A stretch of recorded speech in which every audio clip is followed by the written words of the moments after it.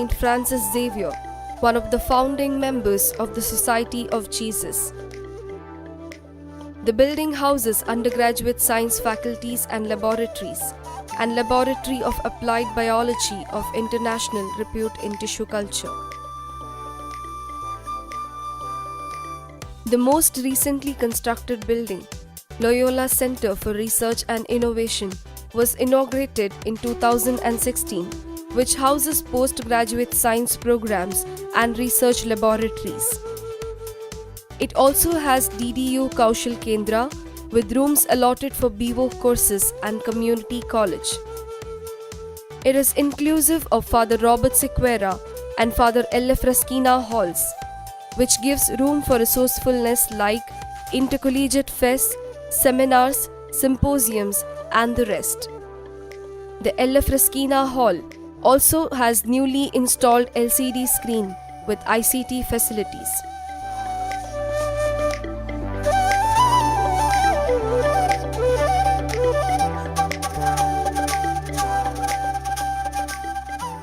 The Aloysius College Chapel paintings are a glittering example of aesthetics and artistic excellence.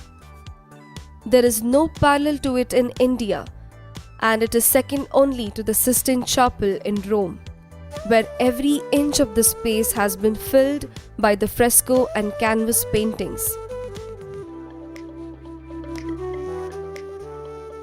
It was built by Italian Jesuits, and those paintings are the masterstroke of Brother Antonio Moschini S.J. The artistic work began in 1899 and accomplished on 1901. If we were to take a trip down the memory lane, St. Aloysius College Museum has a long winding history, which was started by an Italian priest, Father Schiappi S.J. It has been shifted from the Red Building to its present location close to the chapel, which gives access to the old artifacts, objects, scriptures, materials of religious, cultural, and historical value.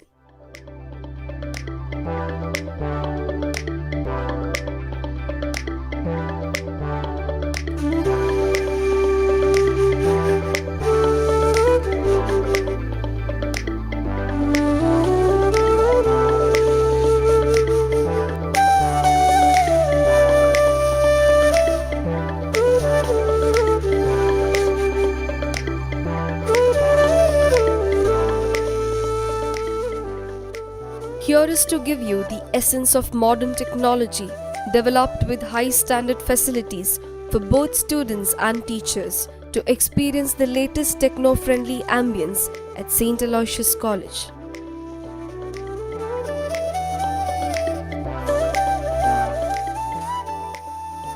What better way to implement our motto, creating men and women for and with others on our campus, by inspiring the students to become a civil servant and training them for the civil services examinations, which is indeed a journey of hard work and willpower.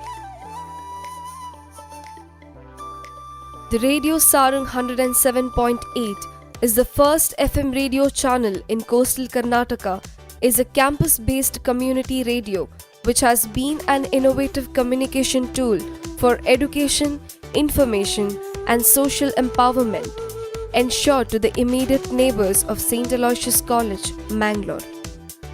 The community Radio Sarang 107.FM received National Award for its creative program in 2019. The college is much privileged to have the studios that give opportunity for the Aloysians to showcase their talent and get exposed to the real world.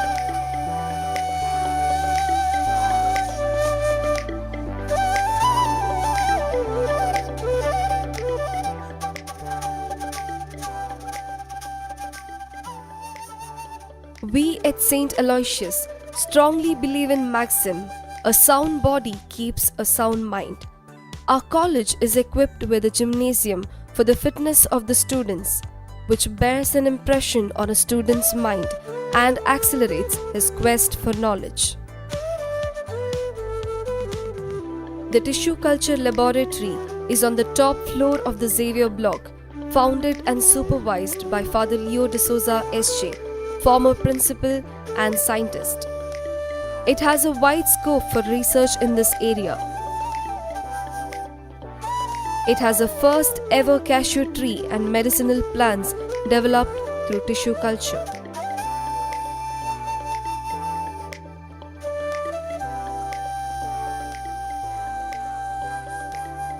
There are 50 laboratories, both at undergraduate and postgraduate level, at St. Aloysius College, catering to the needs of basic sciences, information technology, psychology, commerce and management, and languages.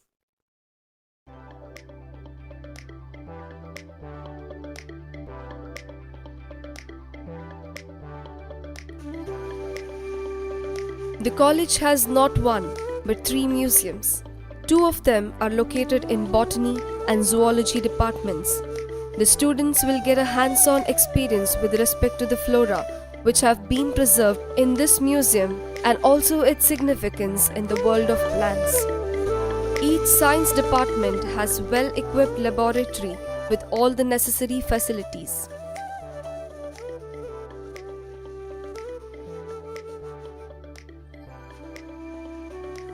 The management and faculty have been consistently upgrading the museum, keeping the UG syllabi in mind and including the specimens of the museum in their classroom teaching for better understanding.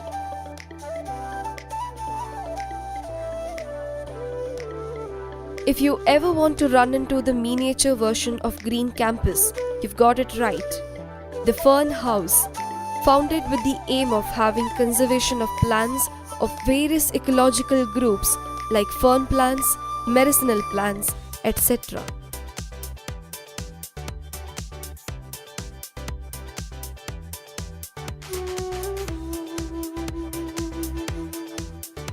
The college has ensured all necessary steps to comply with the safety standards prescribed by the statutory authorities. So welcome to a unique culture known and recognized across the world as the Aloysian culture. Welcome to St. Aloysius College Autonomous Mangalore, home to over 5,000 young and creative minds, perched on a hillock on the historic Idya Hill, right in the heart of Mangalore city. St. Aloysius College has been empowering the youth since 1880. This is a place where goals are achieved, learning is fully experienced, and future of the country is truly secured. Over the last 140 years, our college has grown both in stature as well as geography and currently stands over a vast lush of 37 acres campus, is indeed one of the crown jewels of Jesuit education in India. Here we go to the beacon of St. Aloysius College, the College Tower. For over a century was the highest point in Mangalore and is the place where the entire scenic beauty of coastal town is visible.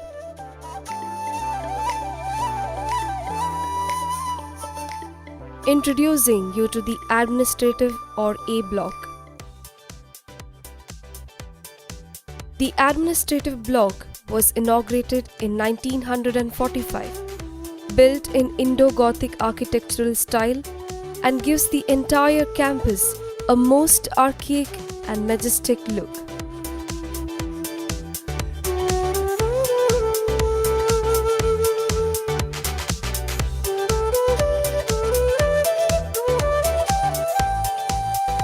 It houses Principal's Office, Registrar's Office, UG Office, UG Library, Language and Humanities Departments, BCA Department, the Cooperative Store, etc.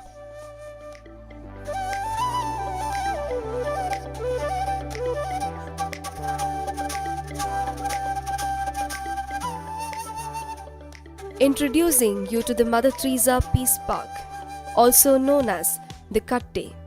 St. Aloysius Autonomous bagged 3rd rank in the country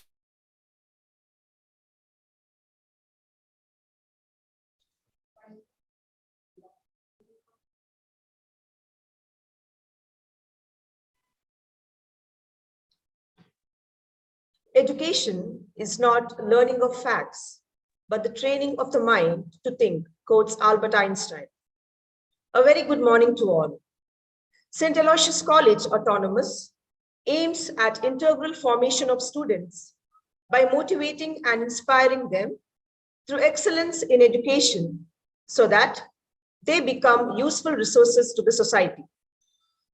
Through the journey of the COVID pandemic, the Department of Chemistry, St. Aloysius College, has taken many initiatives to keep students connected to academics, giving them an opportunity to acquire knowledge by interaction with eminent speakers through webinars, certificate courses, guest talks, and alumni interactions. Today, we are happy to host an international webinar on best practices in online chemistry practicals by Dr. Kathleen Carrigan, Professor of Chemistry, Portland Community College, Oregon, USA. Prayer is the link that connects us to God, and on this occasion, it is apt that we seek the blessings of the Almighty through a hymn.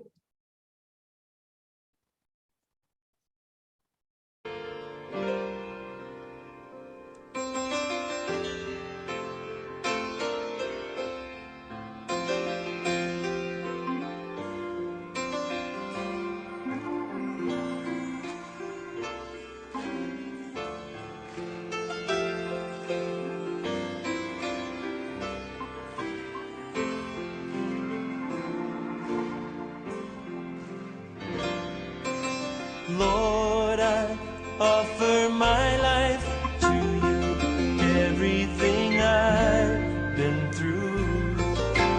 Use it for your glory.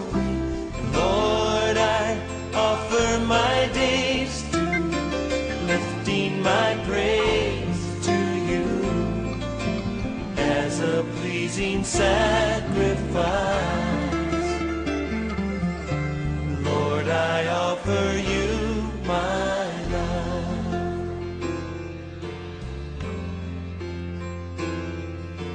Things in the past, things yet unseen, wishes and dreams that are yet to come true.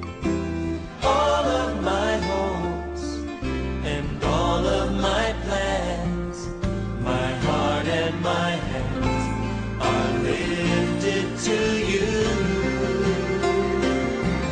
And Lord, I offer my life to you, everything I've been through. Use it for your glory.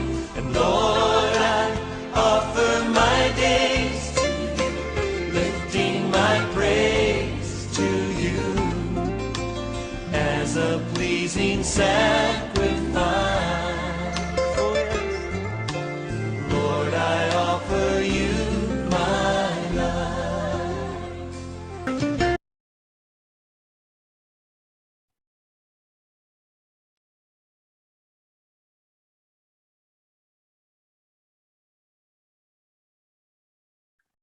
I take immense pleasure in welcoming the dignitaries for today's program. We are delighted to have amidst us Dr. Kathleen Carrigan, the chief guest for the day. A warm welcome to you, dear madam. Thank you. We have as the president of this program, our principal, Reverend Dr. Praveen Martis, SJ. Welcome you, Father. Thank you. A warm welcome to Dr. Ronald Nazareth, the head of the chemistry department. I welcome all the staff members of the Department of Chemistry and a special welcome to all our dear participants. Our principal, Reverend Dr. Praveen Martis, SG, has always been a source of guidance and encouragement to all of us in all our activities. May I now request you, Father, to address us all. Good morning to all of you, and good evening to Dr. Kathleen Carrigan. Respected Dr. Kathleen Carrigan, Professor of Chemistry, Portland Community College, Oregon, United States of America. Dr. Ronald Nazareth, the head of the Department of Chemistry, Dr. Rachel Natasha, the coordinator, my dear members of the faculty, scholars, participants, and my dear friends. I'm extremely happy to be part of this international webinar on best practices in chemistry, online chemistry practicals. This is quite interesting subject that we are going to deal this morning. Online chemistry practicals. We all know that practicals are held offline. And how do we really understand when it is held virtually? And that is where I think our resource person, Dr. Kathleen, will enlighten all of us this morning. I'm very happy that you all have joined this morning, more than about 1,000 students, that too on a Sunday. That really excites all of us. That is the beauty of this topic and the professor's scholarly approach to this very beautiful subject. St. Aloysius College, as it said, is celebrating its foundation day on the 12th. That is the 142nd year that we are celebrating and stepping on to 143rd year of its existence. It is the higher learning institution situated at the coastal area, and it has been imparting education in excellence to all those who have entered this portal. And the Department of Chemistry is rather known in this area. The students have been coming to St. Aloysius College and doing wonderfully well. We have got 2 postgraduate programs in chemistry, the analytical chemistry and general chemistry. And those students who have completed their studies at St. Aloysius College are doing extremely well all over the world. They are doing their further studies, they are doing their research and shining everywhere, thanks to the student ambassadors and our faculty. As we move on, we need to continuously progress, and the time of pandemic was the most difficult time where we had to get into online classes and also virtual labs. And that's the time the chemistry department really made a difference at St. Aloysius College. They came up with more than 10 certificate courses and excited all our students and helped them to learn very much when the others were trying their best to teach them offline. And I think I really am grateful to the Department of Chemistry, led by Dr. Ronald Nazareth. I would like to congratulate them, compliment them, and appreciate them. As we get into today's wonderful international webinars, I would like to especially thank Dr. Kathleen for accepting our invitation to be part of this institution and to deliver the important topic this morning.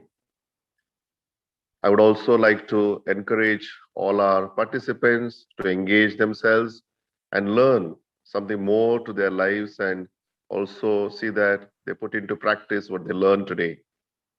Wish you all the best. God bless us. Thank you. Thank you.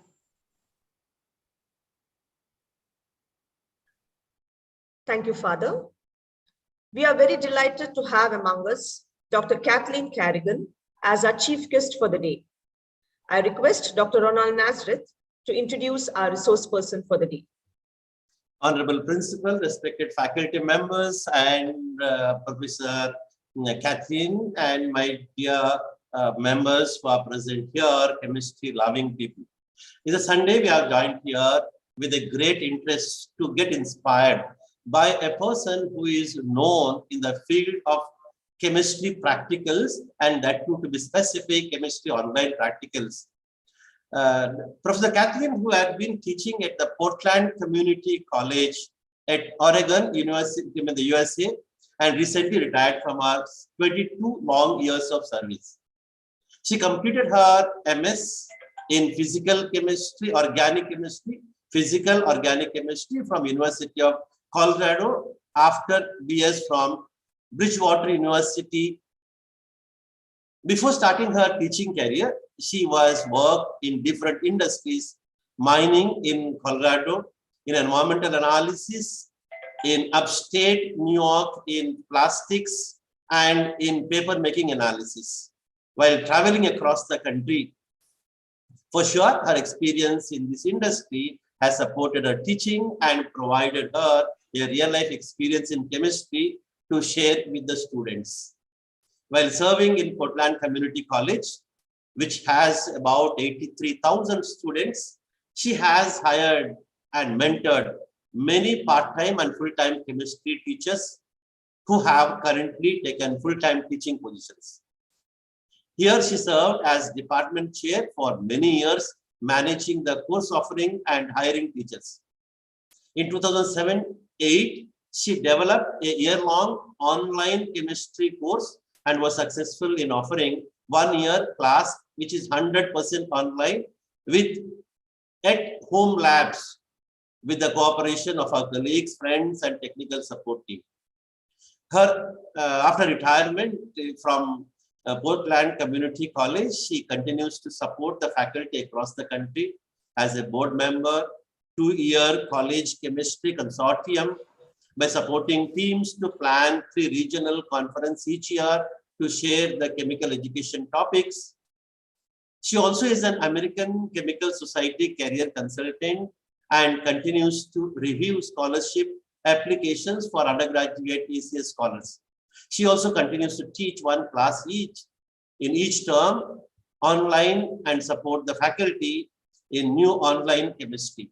She is having a wonderful training for the online practicals, and above all, we could see she is a very passionate teacher.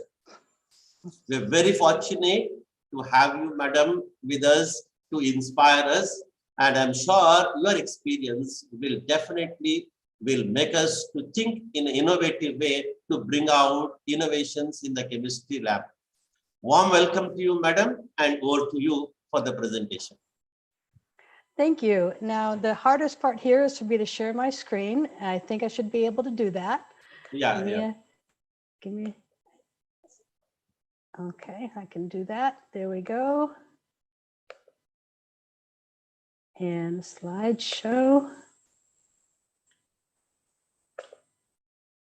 It's loading. There we go. Can you all see that? We can see it. We can see now. Perfect. I wanted to thank you. It is my privilege and pleasure to be here with you. And I am indeed very passionate about what I'm doing, particularly online. And I have a lot to say. I tend to talk fast. Please take some notes, and I will stop after about 40-45 minutes at the longest, and I will take your questions. And I will be more than willing to answer questions via email. We'll figure something out. Anyway, so thank you. You use the word practicals. I call them labs. So I just wanted you to know that, and I'm going to try to figure out how to do my slides forward. Here we go. It's my computer's a little slow. The focus is always going to be on students.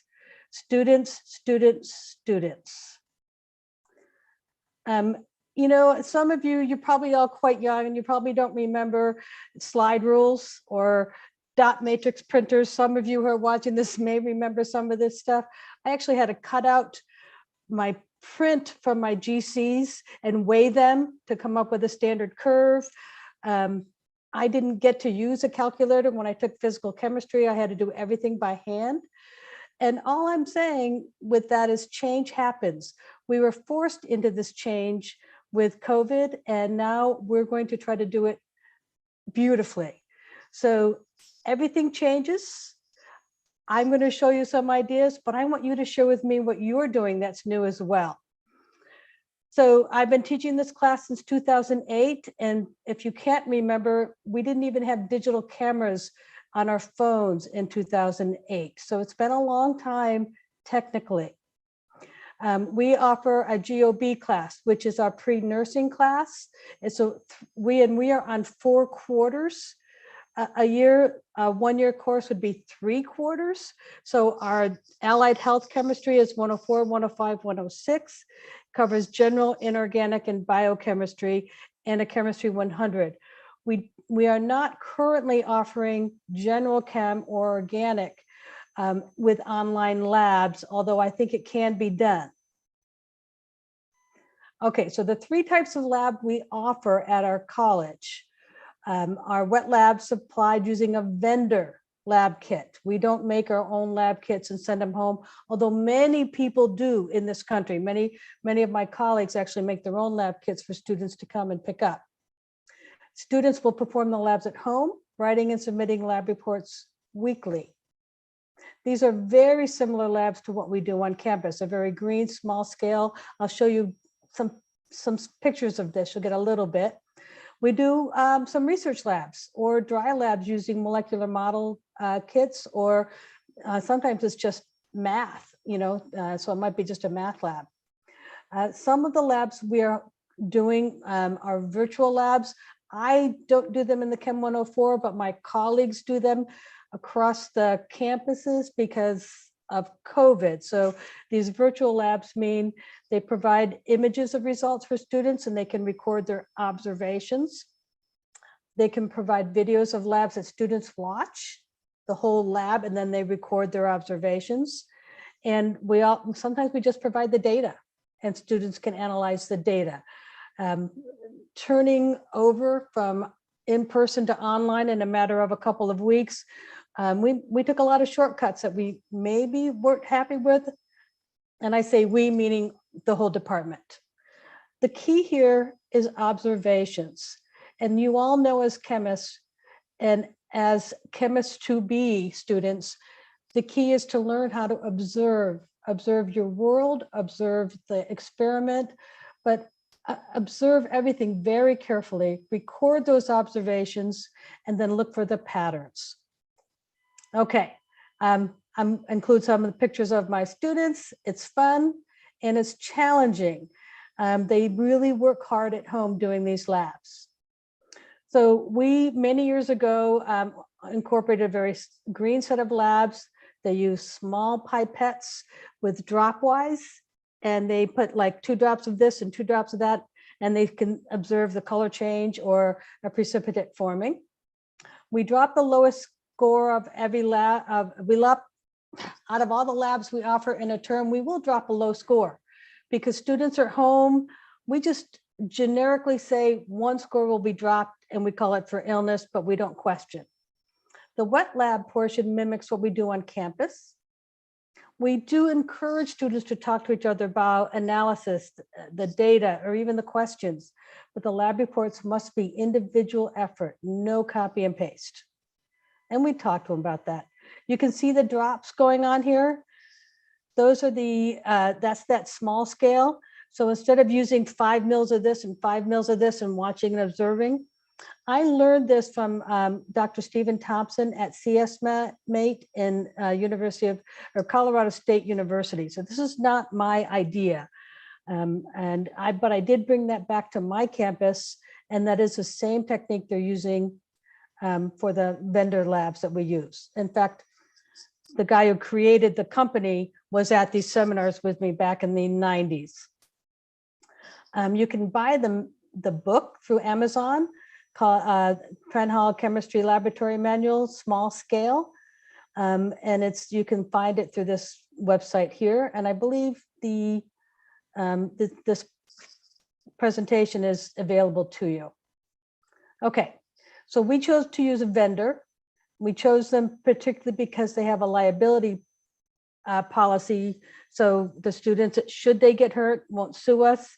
In all the years I've been doing this, I've never had a student get hurt because we've chosen very carefully the labs that we do and the things they do. It's called Science Interactive. It used to be called Hands-on Labs. Roger Barberi is the person that I use, that he's my mentor, and he said, my person that I use at Science Interactive. And he said, please put his address up there and you can contact him. We used to do it using the labs that we created where students would access this using a CD. Some of you may remember CDs.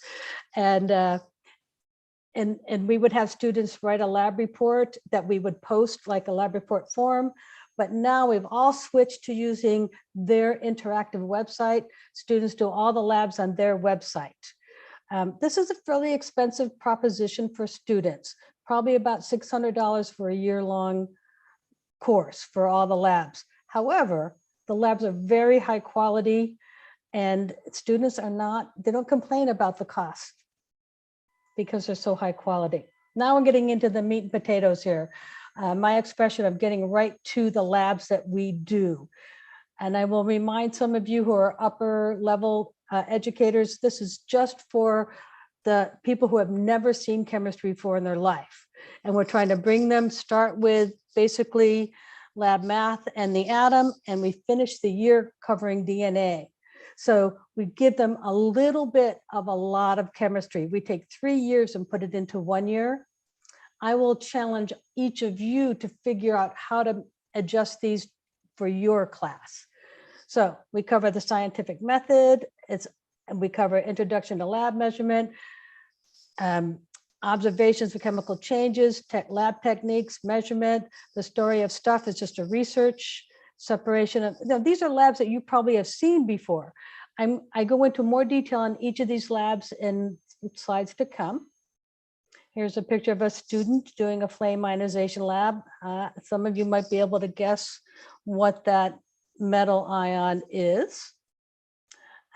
Here's the second 10-week quarter where we do a little bit of organic, and by the end of the term, we're introducing organic chemistry. This is just how PCC does does it in 3 quarters or 30 weeks, which is equal to 2 semesters. So we do we start right in the first week or the second week, basically doing wet labs. We want our students to get their lab kits right away. The third week, we do the third quarter, we're all into organic now, and we end with DNA. We do some model labs, we do a melting point, we study alcohols, they make esters, they love making soap. They have to do an actual graph and calculate carbohydrate content in their soda pops they use at home. There's just wonderful labs. They love extracting DNA. That's the most fun. So now I'm going to tell you a little bit about all of the labs, but because they're proprietary, even though I created some of them with them, I worked on them, or edited the ones that I used, I can't give you the procedures, but I can answer lots of questions about them. And I think you all have enough expertise among you that you could figure a lot out. Underneath, there's a picture of somebody weighing out their, I think that's a tube full of Karo syrup, and it's a colligative properties lab, osmolarity lab, and they're weighing out something on a tiny little scale that students take at home. It's just so cool. Students love doing this stuff at home. They find it a lot more fun than the virtual labs, but doing a mix of these and with the virtual labs and the research labs really works. So I'm going to try to do this quickly here to get it all out to you. The scientific method lab is where we ask students to develop their own experiment. They observe or identify a problem or question, and then they do all the stuff you do in labs. They hypothesize, they do the experiment, they analyze, they conclude, and they communicate the results. One experiment a student did was they were wondering why, their dog, when they ate, they got food everywhere, and if they got the dog food wet, would the dog make it as big a mess? And it sounds silly, but the student learned a lot about how to write a lab, what to look for. It was so much fun for them. The second lab we do is an introduction to lab measurement. These are just virtual. They're videos to show students how to read lab data. And then they have to analyze with the data, and they apply some significant figure information with that. Observations of chemical changes. So basically the picture I showed you before with the drops, that's what they do. And students love that, lots of color changes and lots of precipitations happening. I see some hands up. I'm not prepared to answer questions on the run. Could you type them into the chat box? And we'll make sure we get to all of them, as many as we can at the end.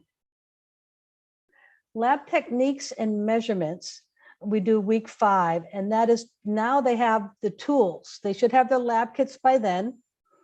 And this is, they should have the lab kits by week 4. Sometimes it takes a while to get them shipped. And I think that after they've done the virtual lab, now they're actually using their balance, reading the graduated cylinder, learning not to read the beaker, you know, things like that. So we have them do some density, they measure a density. Okay, so I'm babbling. Week 6 is the lab 5, the story of stuff. And basically it's an essay. They learn to, they talk about some environmental concept, but they also learn to evaluate the validity of resources, which we know is extremely important for students to learn.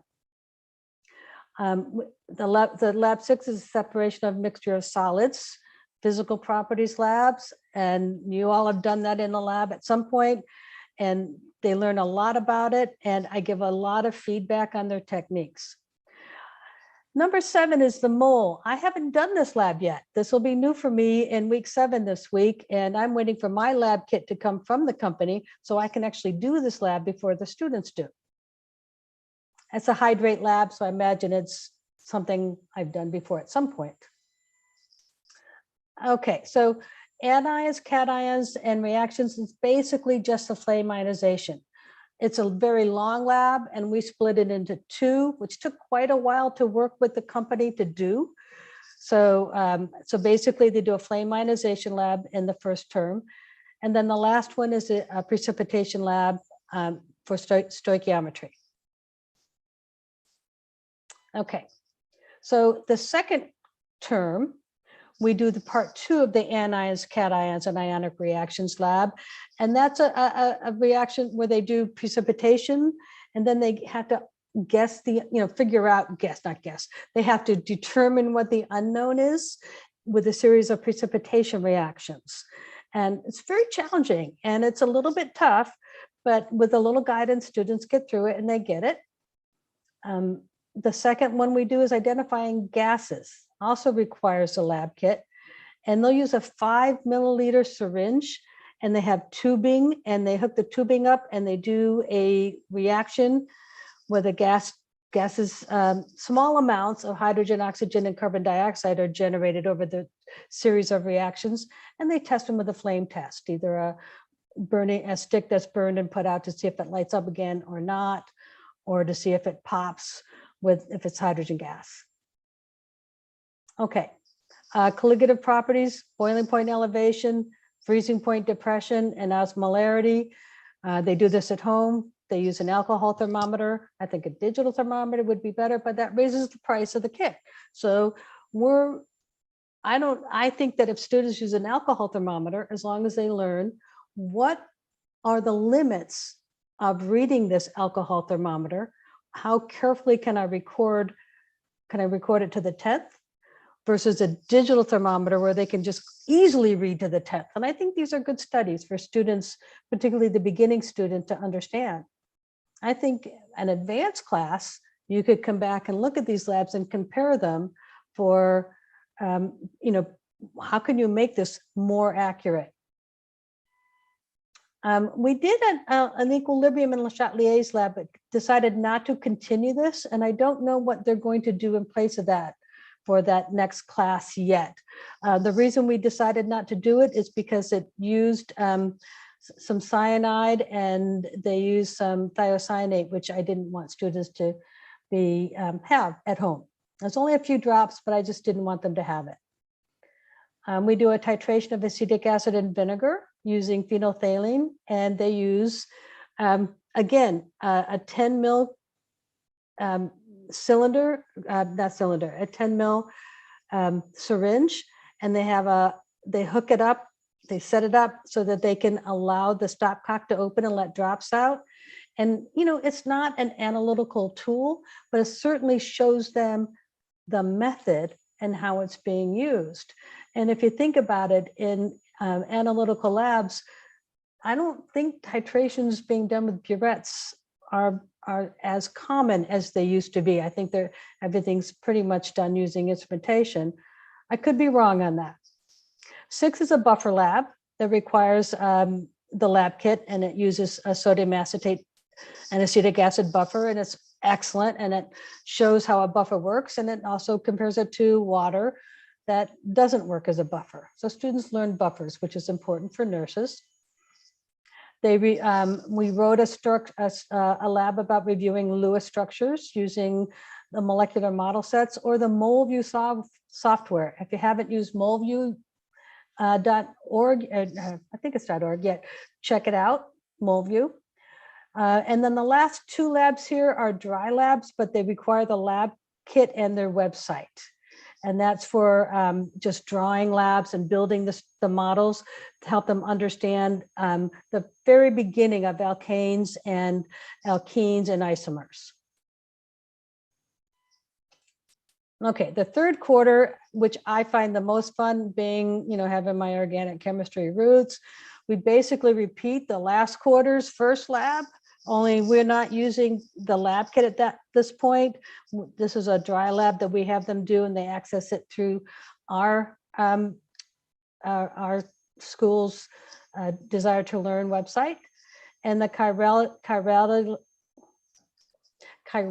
lab, that students actually have to build the kit.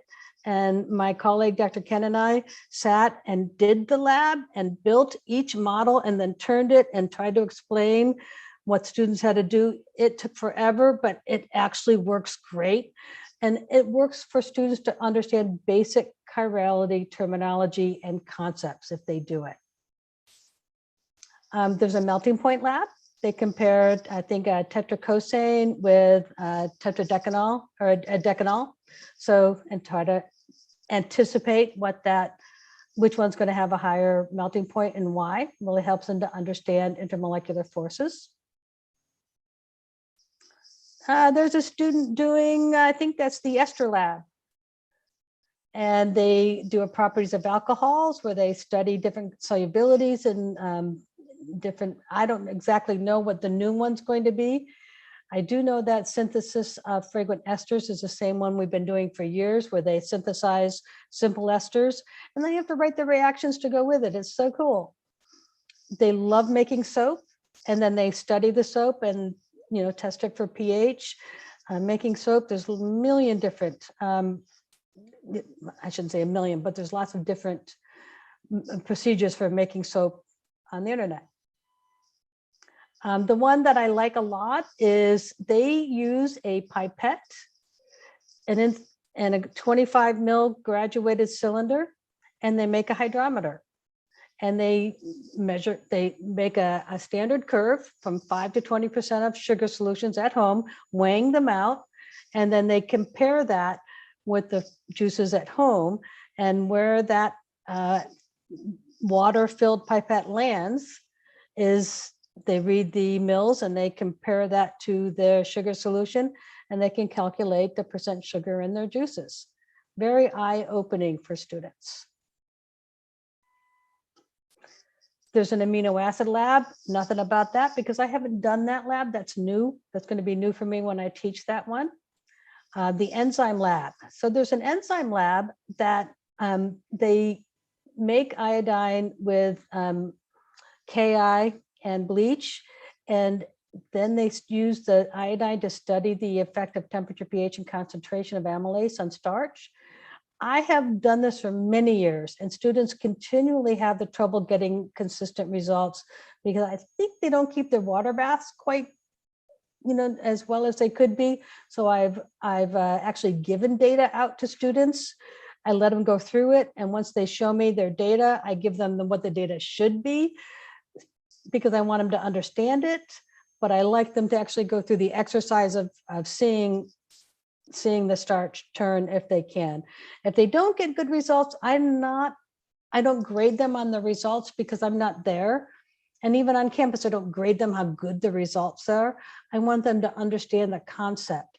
I will guide them through the results. So if I need to give them good results, I give them good results once they've validated with a photo, with an image, with a description of that they actually did the lab. And the very last lab we do is an extraction of DNA. So those are the labs that we do. I'd like to challenge all of you to rethink your labs and your presentations and build in some of those soft skills that, since we can't build in some of those physical skills that we're doing face-to-face, if students have to go remote. So what does industry need? Look around in your environment, their environment. What are some things you can do as, to get students to, be thinking about what's in their world? I think we need to lighten up a little and be funny, corny, a little silly with your students, because they're stressed out right now, especially if they have to go to remote.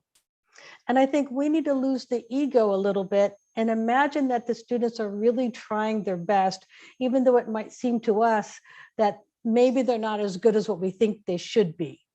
Give them some, right now we need to give all of our students some breathing room and a little bit of grace that they are really trying their best.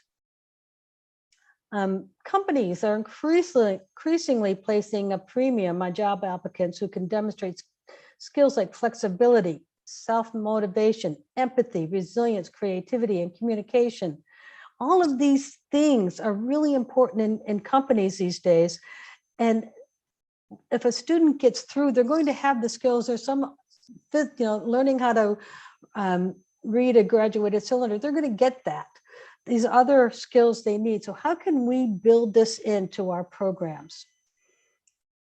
Help them to be a good coach with each other, communicate, listening well, help them to possess insights into others, and I don't know, just be a support of each other, be a good critical thinker and problem solver.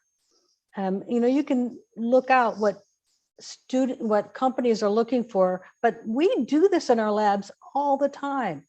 We want our students to make connections across very complex ideas. So students, if you join a Zoom, join early.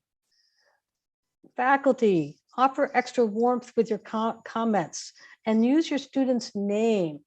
Don't hesitate to say, Ronald, you did a really great job with that. I like that question. Even though it's remote, when you use their name, or even if you're grading a lab online and you use their name, they will know that you are thinking about who that person is. And I think that's really important today. Turn on your video, which is optional, but encouraged when you're working in a Zoom with students. Keep on mute unless you're actually asking a question, because nobody really needs to hear the background that's going on. Raise your hand when you have a question. It's always a good idea to say your name when you're asking. And then you can always use a chat function. And then I like to record my Zoom sessions and share them with the rest of the class with the agreement of the student who shows up. Okay, so virtual labs. You don't have to worry about liability or safety. Students will interact with this interface. This will train students to be able to use simulations, because we know that students are going to be using simulations, things that we never imagined, but they are going to be using those. You can write labs to guide them through a little bit better. You can guide them through what you really want them to learn, and they can be kind of fun. Wet labs, you do have to worry a little bit about liability and safety. They do tend to be more fun. And for students at home, it feels more like a real lab. They like to mess with the chemicals, whatever it is. And you can address very specific lab skills. I strongly encourage repeating a lab skill. So I'm switching a little bit to, here are some labs you can do with your students. These are beginning students, but I'm going to challenge you who are more advanced to say, how can I take this thought and turn it in for my class? So a math lab, I teach unit factor. I have them do I could do this online, and I can happy to show you that, but I don't have time to show you that today, how I do that. The scientific method lab is great. You can do a lab safety, let them just learn a little bit about lab safety for a lab. Again, practicals and labs are the same thing. So I call them labs. For you, they're called practicals. Learning the lab equipment. do a match with pictures of lab equipment or videos of the lab equipment. Let them get comfortable with learning what the lab equipment is, and then give them techniques on how to do a research lab. Show them examples of plagiarized paragraph versus how they can synthesize their own content.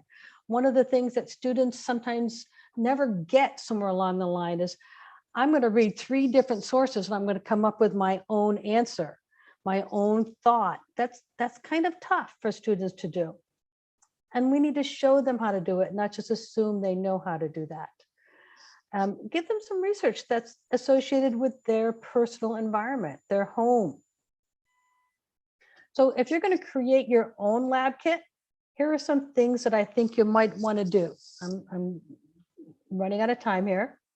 I think you need to put in some goggles or safety glasses, some gloves, or you can ask them to make sure they get some gloves.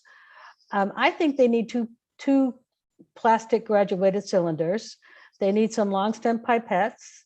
They need some glass beakers. They need a ruler, maybe some balloons for Vesper, and a thermometer, whichever one you want. I think think of all the labs you can create and use with just this kind of material. Some additional tools, I mean, I think they are going to need a scale. So you can buy a relatively inexpensive electronic scale. Some of them even go to 2 decimal places. That depends on the cost you want. I think as long as students learn how to record the weight, the mass correctly, it doesn't really matter if they have a, I mean, in the advanced classes, of course, you want them to have a more sensitive scale, but at the beginning, they just need to learn how to use and record the data from the tool that they have correctly. I hope I said that right. Okay, so I love this little small metal mesh burner stand. So for example, I have them calculate a % carbohydrate in foods. So I have them take a marshmallow and they have a fork. They put their fork in the marshmallow. They put a beaker of water on top of that mesh stand. They light the marshmallow and they put it underneath. Well, they have a thermometer in there as well. And they put the marshmallow underneath that stand and they measure the temperature before and the temperature after the marshmallow is done burning. And it's not the perfect way, but it's kind of cool because students can use that delta T to calculate the calories burned from that marshmallow. And it does give them an understanding of where calories come from. And we could all use a little help with that. Some additional tools you might like to have is some kind of molecular model kit. I like the MollyMod, but there's so many out there. I think capillary tubes are kind of cool. Some test tubes and test tube tongue holders for the test tubes if you want to have them heat any of the chemicals. Goggles, safety, safety, safety. Students, always wear your goggles. So some suggestions for labs that require some of this equipment. Measurement. Read the tools accurately, compare different methods of measurement, learn to apply significant figures, and learn to record data correctly. Density, you're going to learn mass and volume measurements, volume displacement, compare the two, have an unknown, liquids and solids, compare the two, do a graph.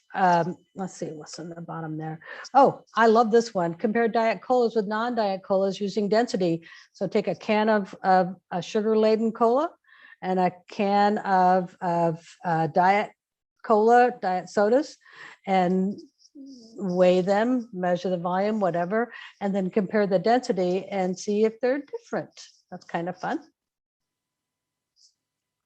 Let's see if I can turn this page.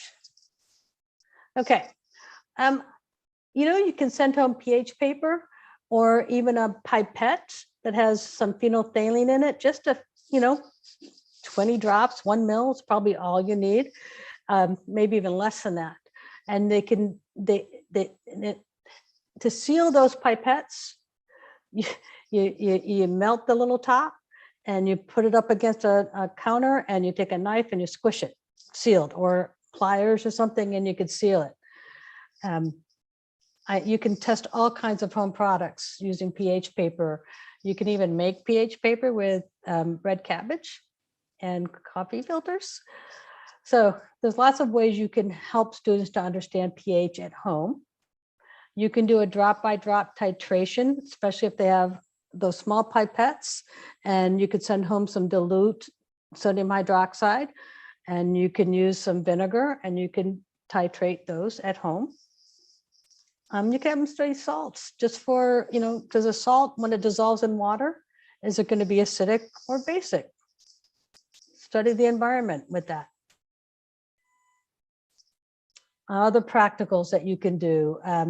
You can do an indication of a chemical change with some home chemicals. You could study some physical changes. They could maybe measure the melting point of butter or the melting point of a trans fat. All I can think of right now is Crisco or something like that. Slowly warm it up. I don't have a procedure written, but you could write a procedure like that. You could have them measure the boiling point of water, and that sounds silly, but have them measure that. It's something they can understand the physical property of water, and then take it all around and understand hydrogen bonding. One of the things I love to do with students, I do this in class a lot when I was teaching face-to-face. I'd give them a bunch of pennies, and I'd give them droppers of water, droppers of oil, and droppers of some isopropyl alcohol. And I'd have them count the number of drops of water that'll fit on a penny before it overflows, and then oil, and then alcohol. And then you could talk about why the physical properties of these are different.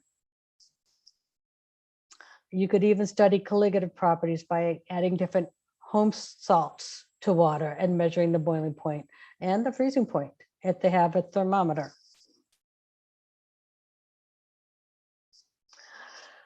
These are my, again, these are things that I'm troubleshooting. I'm trying to come up with thoughts and ideas, some reactions. You can send some of these pipettes home if you're willing to, if you can be very careful about what kinds of chemicals you send home, and I don't know how you do it with your students, but they can use a template. And what we used to do is we would take a template. Now, right now I've got a piece of paper here. It's got a periodic table on it, but we'd have a template of the reactions. We'd put it into like a paper covering a page in a book, and then, so it's got a plastic covering on top. And then I could put a couple of drops of each of the chemicals on somewhere on that page. And then I could take another chemical pipette and put a couple of drops of another chemical, and then observe it for bubbles. You could do that with baking soda and vinegar, and all kinds. And just what is the evidence that a chemical change has occurred? Precipitation, bubbles produced, or gas, a color change. One of the things students, if I ask you what precipitation means and you've never taken chemistry before, you're going to say rain. At least here in the Pacific Northwest, we get a lot of rain. So that's what students immediately think. But try to remember that chemistry has a different language, and they use terms that may have a meaning for you, but it might be a completely different meaning for chemists. So I strongly encourage students to have a handwritten glossary. No copy paste. You don't learn from copy paste. A handwritten glossary. And believe me, precipitation is very important for nurses and doctors. You cannot have a drug interaction where you're going to have a precipitation in that tube that's going into the heart. It's just not going to work. So you have to be pretty careful about the drug interaction. That's one example of where precipitation reactions are important, why they're important to know. Okay, so you can make soap at home. There's lots of recipes, procedures for that. One of the things I used to love to do is hydrolyze aspirin using baking soda and water, and try to come up with a way to make like a disappearing ink from that. Lewis structures with balloons, that's kind of fun. And they could do an independent research, get creative with some kind of independent research for students to be studying something in their environment. Again, observe carefully, record accurately, and then look for patterns. That's what research is all about. And then compare what they have found to what's out there in literature. Here's the biggest thing. And I've grown very frustrated with the cookbook labs and students working in teams on campus where one student always lets the other student do all the work. I think students should do every lab twice, at least the measurement lab, to gain experience. If I was going to hire you to work in my lab, I would train you very carefully and I'd give you lots of practices and I would spike the sample to, make sure you knew I knew what was in there so that when you gave me the results, I would already know what they were. So I could tell if you were getting it right. We don't do that with students. They come through, they do it once and they move on. I think it's important to do it twice. Let students get the same very good answers twice. Their confidence will soar. And I firmly believe that competence, balance with confidence, makes a successful student. I didn't even remember the slide was the next one. So are successful students good testers? Are they able to look up all the answers for the lab reports and homework? I used to be really good at looking up all the answers and figuring it out and making sure I got everything right before I submitted it. I was really good at following directions. And I was not very good at memorizing, but I was pretty good at figuring it out. When I look at all the students I've had over my teaching career, the ones that were the most successful had a strong sense of personal responsibility, resilience, and adaptability, where they were, keep at it. I'm going to keep working it. I'm going to try.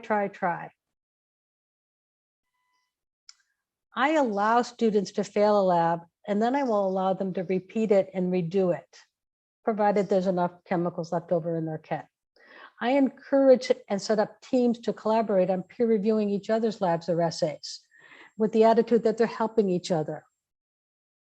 I would even suggest that maybe let students write their own second lab. For example, they've done a density lab, give them something and say, okay, I want you to write up a different lab for me to take the density of this object.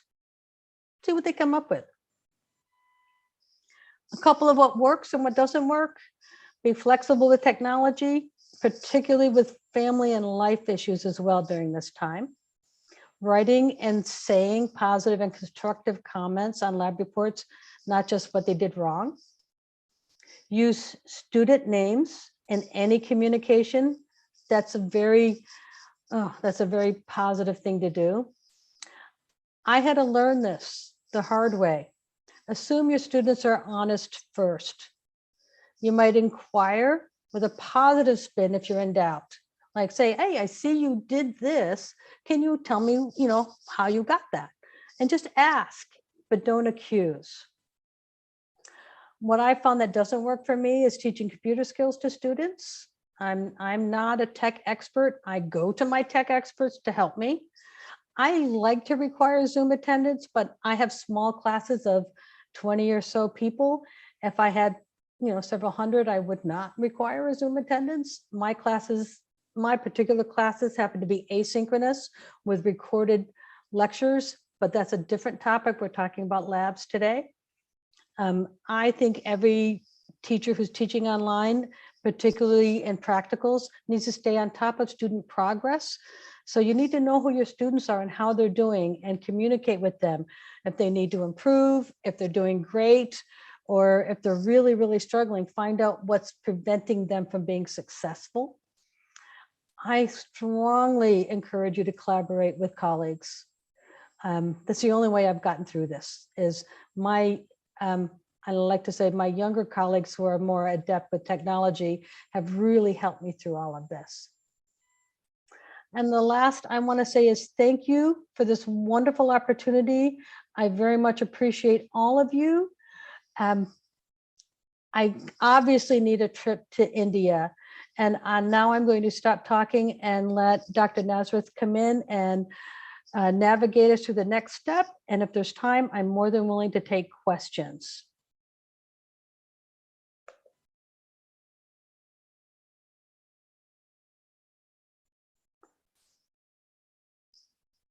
So if anybody wants to, oh, go ahead. Yeah, thank you, madam, so much for the rich experience which I shared with us. It's truly inspiring. I'm sure it has given us, especially the teachers, as well as the students, some ideas which we can implement. And you spoke from rich experience of yours in teaching field or experimenting it. It's a long time. I'm sure you're having a rich experience of this micro scales also, micro scale experiments, doing it very small. Can you share some examples wherein we can incorporate those micro scale experiment in regular labs? One or two examples. So yes, I can. And so so some examples that I like is, well, what I'm trying to look. So if you, for example, have what forms of precipitate, and I'm going to use something you probably shouldn't send home to students. So you have example of like lead nitrate and sodium chloride. So you have a small pipette of lead nitrate and you have a small pipette of sodium chloride.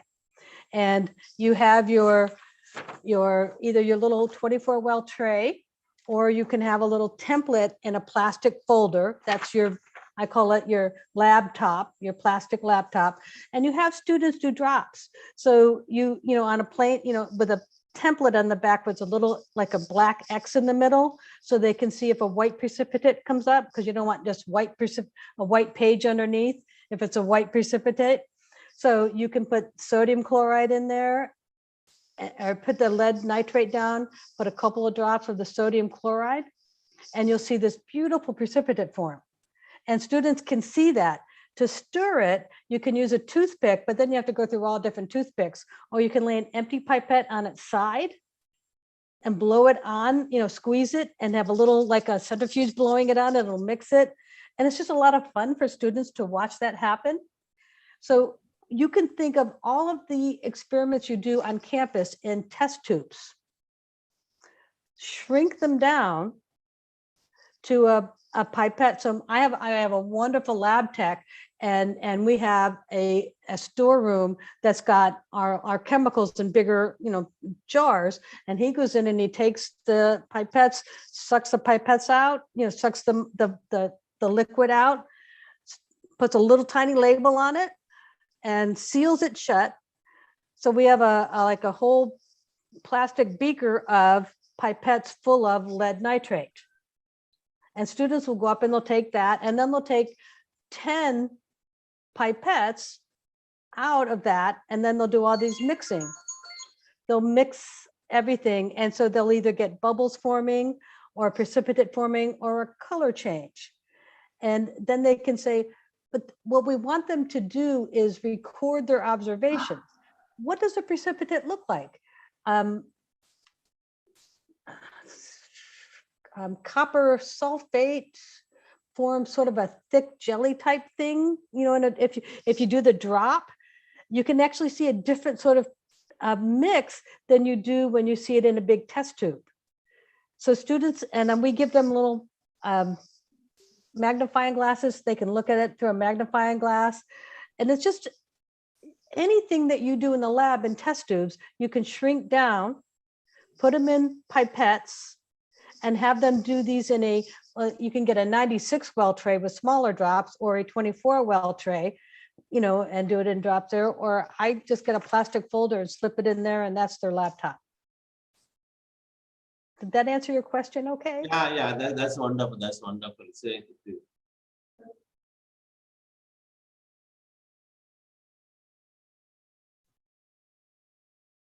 Madam, there are some more questions by participants. By Dr. Vishalakshi. How do you train students handle unpleasant situations like thermometer breaking and spilling of mercury and so on? Well, we don't use mercury anywhere. I don't think anywhere in the United States is mercury allowed in an academic situation. So that's a bit of a relief. We use alcohol thermometers, and yeah, they're not as accurate, but I go to the point of having, if a student is, this is for home, if a student is using an alcohol thermometer, and as long as they read it correctly. You can also use a digital thermometer if you can get some grant money and students don't have to pay quite so much for the kit. Other unpleasant situations that I've seen at home with students, spills. I've had students do a separation of mixture lab, and they'll be halfway through it and they drop their container and they spill, and they don't have any way of getting more material. I am very open to giving students data at that point. They've gone through the experiment, they followed the procedure, they had an accident. I explained to them how they should clean it up, but I usually do that before. And then I'll just give them the data because at least they tried it.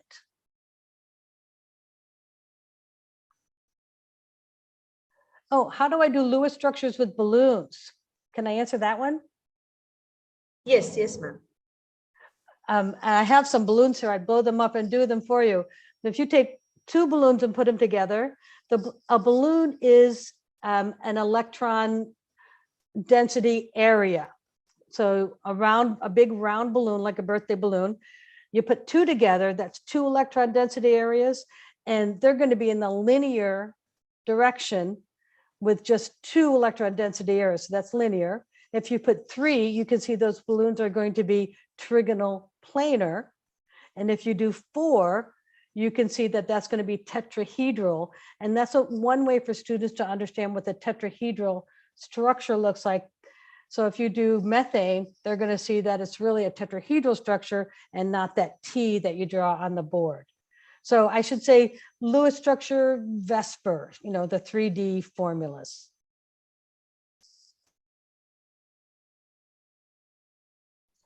And I don't know what a UG or PG student is. Can someone explain that to me? I'm looking at the chat box here.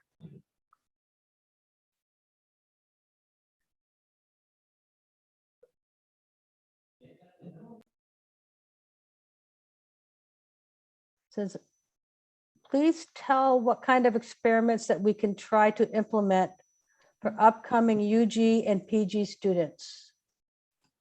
UG student. Oh.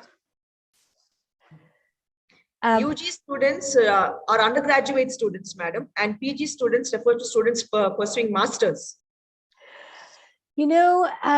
I teach first-year students, and my colleagues agreed to allow this particular class be completely online and do their labs using this vendor and doing at-home labs many years ago because they weren't chemistry majors. Now that COVID is here, we might be able to get my colleagues to agree and vote to have maybe an intro class be, using online kits, but I still run into a lot of difficulty having my colleagues value that experience for general chemistry, first-year chemistry majors. And I couldn't even begin to tell you for postgraduates what they would do. Ma'am, we also have students listening to the session through YouTube. So there's a question here. Is there any online method or virtual lab which help to understand instrumental practicals from physical chemistry, such as potentiometer, pH meter, and so on? The virtual labs that I really like are out of the University of Colorado, and the name is, I will email Dr. Nasser. I can't think what the name is right now. I'm old, I forget things. Google University of Colorado, and there's a wonderful program for virtual labs. There's several out there. And let me just tell you one thing we did with our students when we did potentiometers. We took a 9-volt battery and we hooked electronic clips on each one, and we put a piece of copper wire in each one, and we could use that to put in those drops to see if we had a completed circuit. They hooked it up to a little light, so if it was an electrolyte solution, the little light would come on. If it was a non-electrolyte solution, there wouldn't be a circuit. So people a lot smarter than me, or at least with more time than I had, in the CS mate up at University of Colorado, or Colorado State University. And in that lab manual, look up Chemtrek, CHEMTREK. Dr. Thompson has some wonderful creative things for that. We might be a few minutes. Thank you. It's not very big. Thank you, Donna. My neighbor just brought me a treat. Isn't that sweet of her? Yes.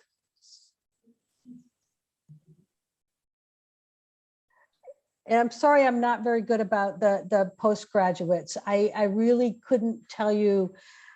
I'm hoping that sharing with you some of what I do, that your wonderful, beautiful, creative minds can come up with some ways that you can do it in your world. And I do think there's ways to do it. I just don't have those answers.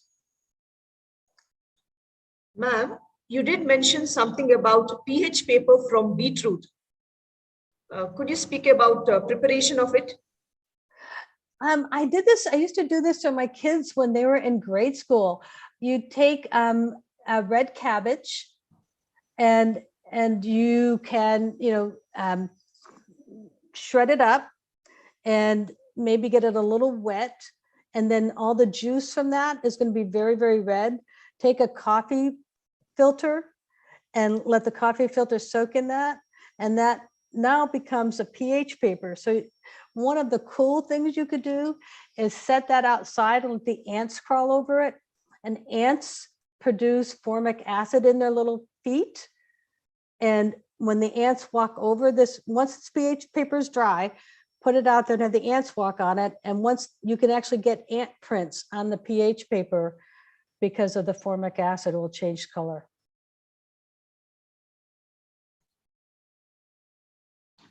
Okay, another question by Madam Sahana.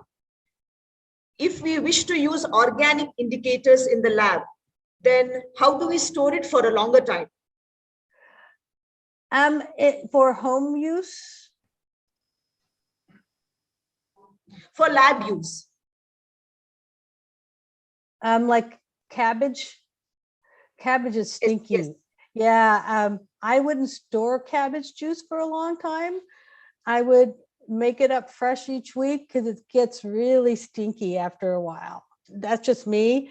And I wouldn't, I don't mean to be flippant about it. I just don't think I would store that very long. I promise you, if you make it once and use it, after a week, you'll understand why I'm saying that. It's pretty stinky. Madam, we started this type of online training program after this pandemic. It became popular here. But way back in 2007 itself, you are having the programs, this type of online, with 100% online training programs. Therefore, you have a very rich experience in this. Can you compare what exactly is the advantage, disadvantages of having this offline, and advantages what is there in the online training program, so that we can adapt ourselves quickly? I can, and I'm very excited about that.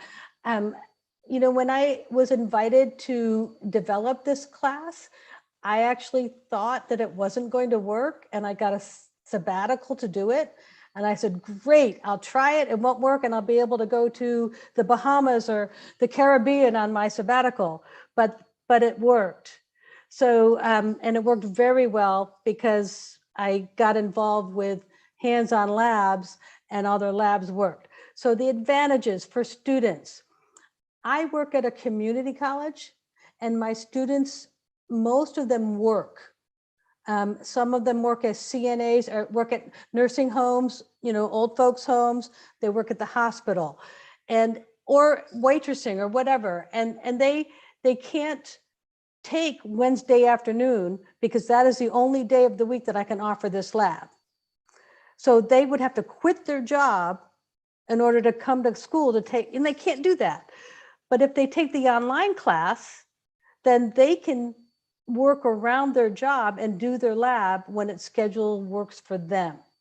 I have many students who are parents who have daycare issues, and they have to juggle all this stuff. Several parents have new babies and they can't always come in on a schedule, but they can schedule the 3 hours at home at some point to do the lab. And most of the labs will take 2 to 3 hours to do, start to finish, and they're able to do it at their time. What is it for me? I so miss being face-to-face with my students. There's nothing better than having students to talk to interact with. Oh, that's why we do what we do. But I can do that online too. Just like we're doing right here, I can meet a student and when I meet them online, I say, how are you? And sometimes their child will jump up on their lap or their dog will bark or their cat will walk across. I get to know them in a way that's a little bit different than when they come into my office very afraid. And it's a little more intimate. So I can actually get to know my students almost better. In fact, I went for a walk this morning on the downtown waterfront, and a student from about 10 years ago walked by and she stopped me. She was my online student, but she remembered me and I actually remembered her because she was so good. So you can really get to know your students online. And one of the best benefits for me is I got to spend 2 months in Italy in 2015 teaching my full schedule because I was online and I would do a Zoom in the morning, which was nighttime for my students. And I would do a Zoom at night, which was morning for my students. And as long as I got my work done, it didn't matter whether I spent the next 2 days touring the Coliseum. It was absolutely wonderful. So there's a wonderful flexibility for faculty as well as for students. And I love doing it now, and I'm retired and I can continue doing it, but I choose to only teach one class a term so I can spend time doing other things. So how do and one of the questions that just came up, I see this one comes up all the time. How do we evaluate student performance? Particularly in the labs or practicals. This is the first year student. I'm not training them to work in my multi-million-dollar laboratory with my multi-million-dollar equipment. I want my students to learn how to observe, how to record their observations and their data correctly, and how to look for patterns and then analyze that. So if a student is doing the experiment, I have them take pictures at the beginning with the setup, and it has to be a selfie, smile, and then I'll have students. So that's why you've got pictures today. And I have students, and I could put pictures up of every single lab that I talked about today, because my students must post 3 pictures, the beginning, the middle, and the end. And I even move the pictures around so that term to term, they're not looking for a different picture, but they have to be them. So I match them to the picture on their identification page so that I know that that student has indeed done the lab. I have no doubt that there have been a student or two who maybe didn't do the whole thing completely honestly and with integrity, but I like to assume that my students are doing what they're asked to do, because you're not going to get into med school, nursing school, and not know what you're doing. So it's just silly to cheat. So I work really hard to give my students feedback, but the technique I'm not so worried about. If their data isn't very good, as long as they acknowledge, my data isn't making sense to me ahead of time, I will say, yeah, your data doesn't make sense. You didn't do something right. Here's the correct data. Thank you for analyzing it and noticing that, and I'll give them the correct data to analyze. That is truly wonderful. Lots of inspiration from you, your experience, all of us got. I'm sure that this will give us a new direction to think with respect to the science teaching or chemistry teaching is concerned at the level to which we teach. Thank you so much for your time. It is Saturday evening for you. Saturday, I think it is 8:15 for you. Long weekend to go. You are sacrificed a lot. And I'm sure everyone here has really inspired with the insight which are given. And it is truly helpful for us to continue as a student, probably continue for them, or as teachers probably.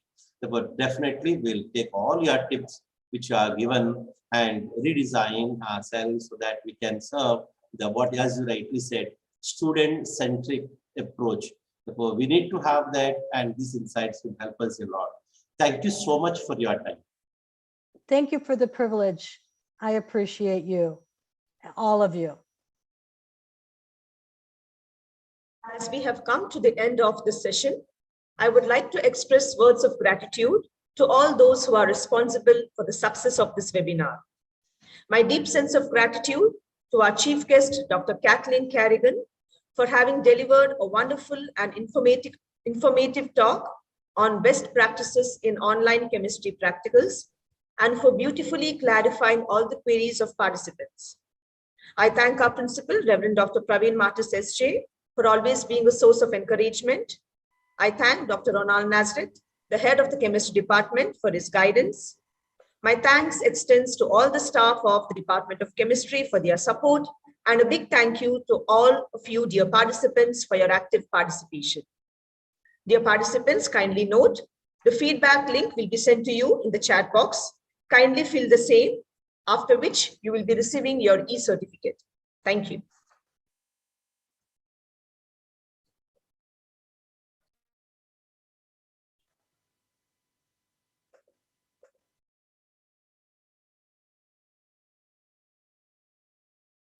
Thank you all.